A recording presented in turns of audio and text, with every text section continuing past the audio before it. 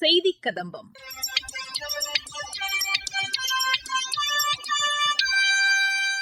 இன்றைய செய்தி கதம்பத்தில் நாட்டின் மின்னணு பண பரிவர்த்தனை முறையானது நிதிச் சேவையை அனைவருக்கும் கொண்டு சேர்த்ததில் முக்கிய பங்காக உருவெடுத்துள்ளது குறித்து எமது செய்தியாளர்கள் வழங்கும் செய்தி தொகுப்பு மற்றும் மத்திய அரசின் சமூக வலைதள பதிவுகள் ஆகியவை இடம்பெறுகின்றன.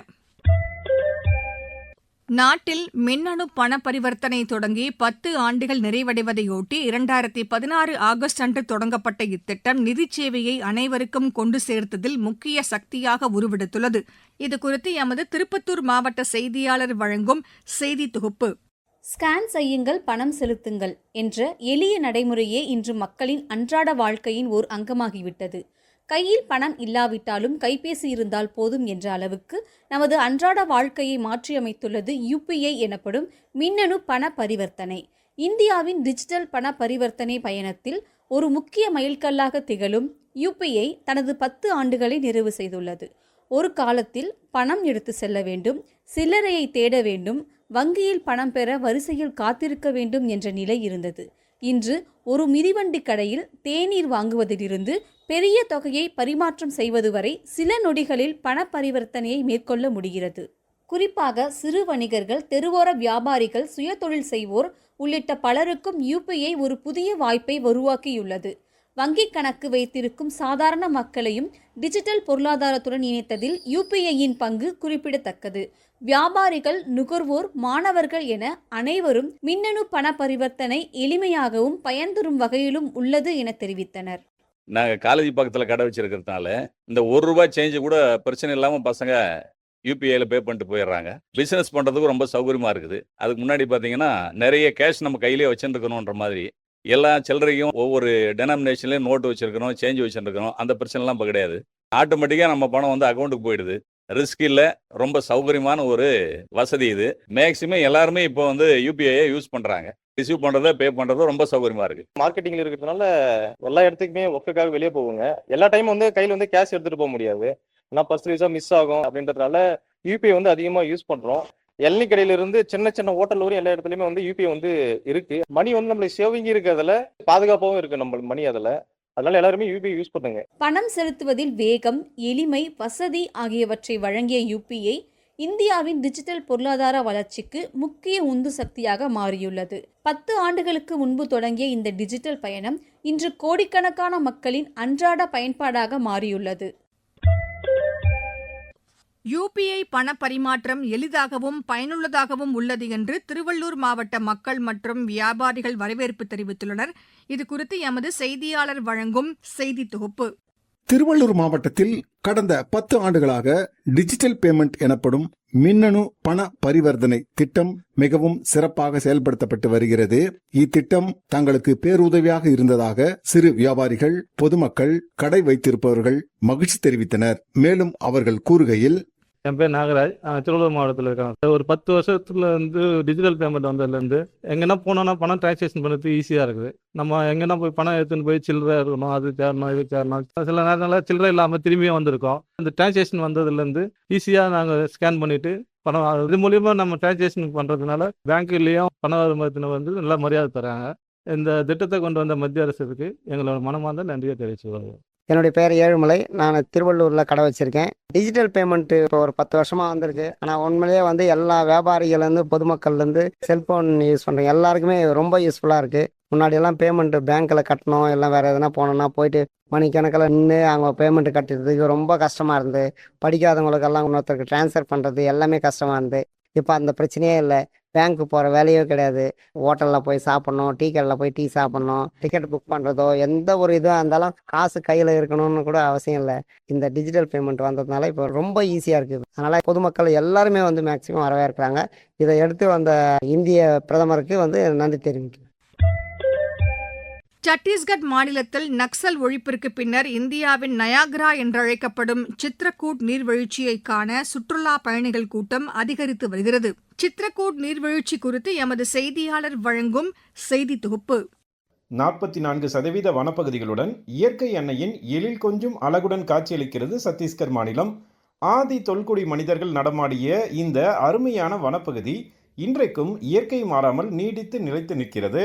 வனம் முழுக்க ஓடி வரும் நதிகளும் எண்ணற்ற நீர்வீழ்ச்சிகளும் கொண்ட சத்தீஸ்கர் மாநிலம் பஸ்தர் மண்டலம் நக்சலைட் பாதிப்புகளால் பெரிய அளவில் அறியப்படாமல் போய்விட்டது.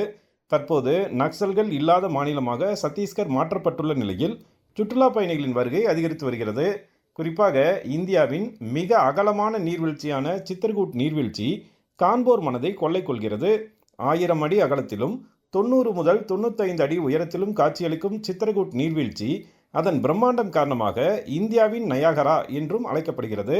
ஜூலை முதல் அக்டோபர் மாதம் வரையிலான பருவ மழைக்காலம் இங்கு இயற்கை அழகை படம் பிடித்து காட்டுகிறது. தற்போது மழைக்காலம் என்பதால் சித்திரகூட் நீர்வீழ்ச்சியில் சீசன் களை கட்டி உள்ளது. மிக பிரம்மாண்டமான நீர்வீழ்ச்சி என்பதால் இங்கு சுற்றுலா பயணிகளால் குளிக்க இயலாது. தண்ணீரின் வேகத்தை பொறுத்து நீர்வீழ்ச்சியை அருகில் சென்று பார்க்க படகு போக்குவரத்து நடைபெறுகிறது.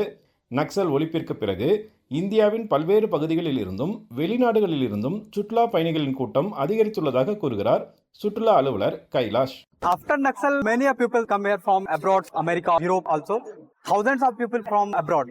The Naxal problem finished and has very freely atmosphere. Season for June, July and August is the best season to come here. Indravati நதியில் பெருக்கெடுக்கும் வெள்ளம் நீர்வீழ்ச்சியாக சித்திரகூட் பகுதியில் காணப்படுகிறது.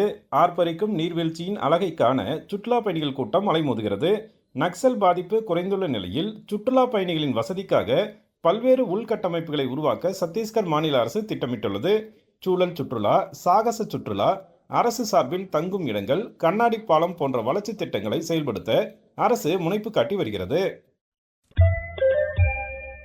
மத்திய அரசின் சமூக வலைதள பதிவுகள். பிரதமர் திரு நரேந்திர மோடியின் டிஜிட்டல் தொலைநோக்கு பார்வையால் UPI தளம் 10 ஆண்டுகளை நிறைவு செய்துள்ளதை அடுத்து மத்திய அமைச்சர்கள் பலர் சமூக வலைதளத்தில் பாராட்டியுள்ளனர். மத்திய உள்துறை அமைச்சர் திரு அமித் ஷா வெளியிட்டுள்ள சமூக வலைதள பதிவில் வேகமாக, தடையற்ற மற்றும் பாதுகாப்பான UPI பண பரிமாற்றம் மூலம் மக்களுக்கு அதிகாரம் அளிக்க முடியும் என்பதை டிஜிட்டல் இந்தியா மூலம் நிரூபிக்கப்பட்டுள்ளதாக தெரிவித்துள்ளார்.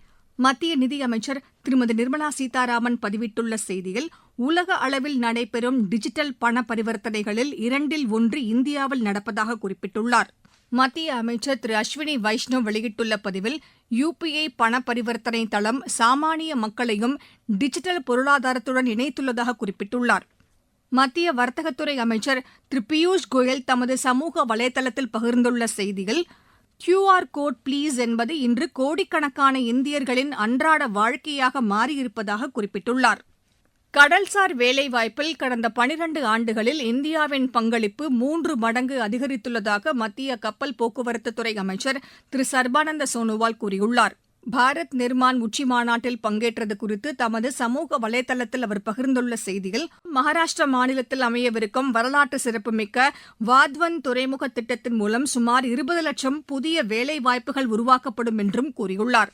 2047ஆம் ஆண்டுக்குள் உலகளாவிய கப்பல் கட்டுமானத்தில் முதல் 5 நாடுகளின் பட்டியலில் இந்தியாவை கொண்டுவர மத்திய அரசு நடவடிக்கை எடுத்து வருவதாகவும் திரு சர்பானந்த சோனோவால் தமது சமூக வலைதளத்தில் குறிப்பிட்டுள்ளார். நாட்டின் பொருளாதாரம் 2047ஆம் ஆண்டுக்குள் $30 டிரில்லியன் எட்டுவதற்கான இலக்கு நிர்ணயிக்கப்பட்டுள்ளதாக மத்திய வர்த்தக மற்றும் தொழில்துறை அமைச்சர் திரு பியூஷ் கோயல் தெரிவித்துள்ளார்.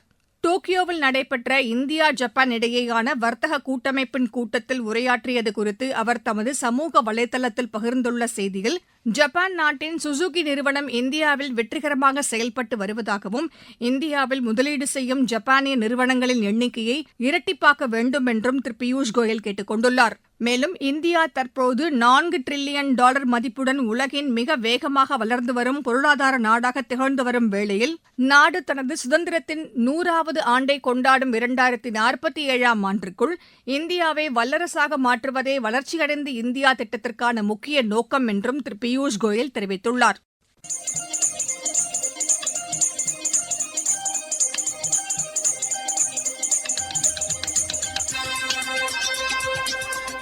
இத்துடன் இன்றைய செய்திக் கதம்பம் நிறைவு பெறுகிறது.